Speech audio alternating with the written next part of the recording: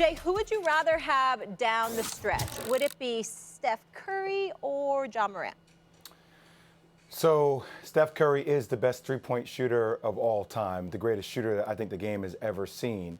But I think it's important to decipher these moments between clutch and the greatest shooter that we've ever seen. Because typically, when you're in clutch moments, you're facing double teams, and the degree of difficulty with the shots become way more drastic, right? So when you look at the numbers for this year, Stephen Curry shooting 32% from the field in clutch moments.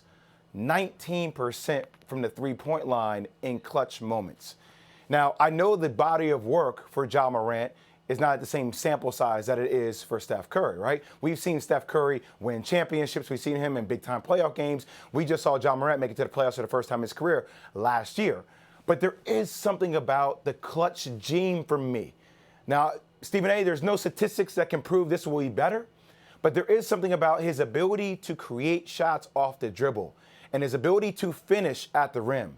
I think the variety, because of the versatility in the ways he can score, right? Off the bounce, the dynamic ability he has to finish over the top of people, how he's able to knock down the three better this year than he has before, is Ja Morant. I just think Ja Morant he has a slight edge for MVP for me. Now, you can argue with me that deserves to be given to JWill Embiid, or that deserves to be given to Nikola Jokic, and all those are reasonable arguments. But for him to have this team in a position to be third best in the NBA, only a game or two behind the Golden State Warriors, and I think you're starting to see the Golden State Warriors without Draymond Green, how much that means to this team is a huge loss in Steph's ability to get his shot off in those clutch moments due to his passing ability.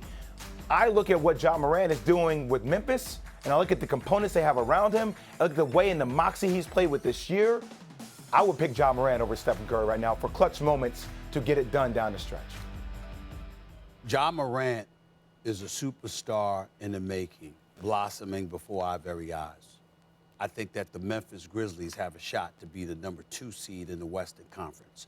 I have no issue with anybody that would put Ja Morant number 1 in the MVP race right now because of what we've seen from him over the last week or so. Still DeMar DeRozan, Joel Embiid, Jokic, Giannis, they're all in the race. And I think that especially the first 4 in terms of Ja, DeMar DeRozan, Joel Embiid, Jokic, I think that when you take into account everything that's been transpiring with these guys, I definitely think that it's a nip and tuck. The list is fluid. It's going to continue to move for the rest of this season as we race to the playoffs.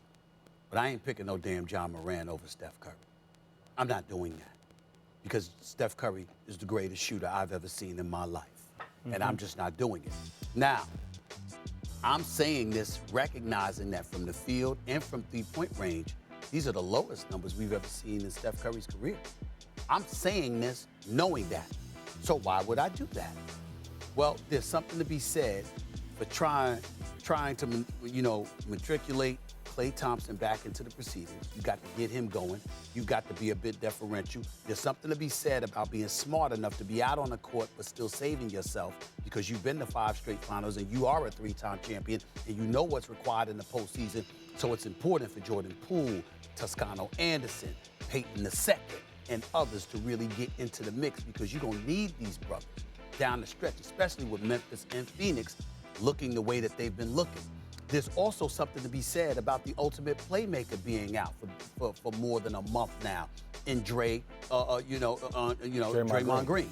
And so when you look at it from that perspective and his ability to set up Steph and Klay, not to mention how he elevates the team defensively as well and what he brings to the table on both ends of the floor and how easier the game is for Steph Curry and others when Draymond Green is out there.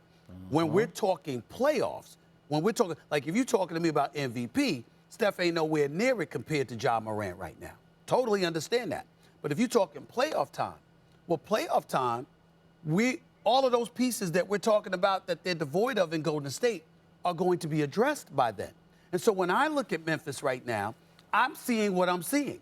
And I expect them to be incredibly formidable and Ja Morant to lead the way, being the star that he is. And I definitely saw him elevate his level of play come postseason time. I'm not underestimating any of that. But I also expect to see the better version of Steph Curry, which we have seen in the past once he got all of his horses available to him. That's going to be playoff time. And that is why I would go with Steph instead of Ja Morant. Who on the Memphis Grizzlies has the talent caliber of Klay Thompson? Who on the Memphis Grizzlies has the ability to shoot? Nobody can shoot like that. Okay. Nobody. How about Draymond Green? Maybe you can compare Dylan Brooks. Yeah, Maybe. You compare guys. So what I'm looking at is you saying that due to Klay Thompson and Draymond Green, those pieces, that help Stephen Curry in those moments because it relieves the pressure. And what I'm saying is on the Memphis side, if you're telling me you're talking about guys like Desmond Bane, even though he's playing well, Mallet, if you're talking about Jaren Jackson, if you're talking about slow-mo relieving the pressure for Ja Morant, the ball's in Ja Morant's hands all the damn time. He's making plays left and right. Now, I'm not saying that diminishes Stephen Curry's ability to make plays. Right. I'm just saying I think it's interesting with this argument because can you take me through a list of those clutch moments that really make you trust Steph Curry down the clutch? I think that's great. I'm glad you brought that up because I think that's incredibly unfair to Steph Curry. Why? Curry, I'm going to tell you why. Because, yes, you have Klay Thompson who can also shoot the ball. You've had a situation where Golden State has been so explosive. There's been many, many blowouts in postseason action. They just take you out of the gym. You see what I'm saying? So many people are talking about, and they're judging Steph by clutch moments, just like we judge James Harden by clutch moments. Well, last time I checked, these brothers are averaging better than 26 a game in the postseason. They didn't nosedive and fall off the map. They didn't sit up there and play like scrubs. They didn't they didn't do what they did in a regular season at times, and I get that. But there have been some explosive playoff performances by Steph Curry. Yes, there have. We've seen that. And so all I'm saying is, when I look at it from that perspective, and I'm thinking about how much better they're going to be once they have their horses, yes, Steph might have somebody else to be deferential to because if Klay gets hot, you keep feeding him. We get all of that. We understand that. The flip side to it, however, I'm leaning on his abilities and his experience. Thanks for watching ESPN on YouTube. For live streaming, sports, and premium content, subscribe to ESPN+.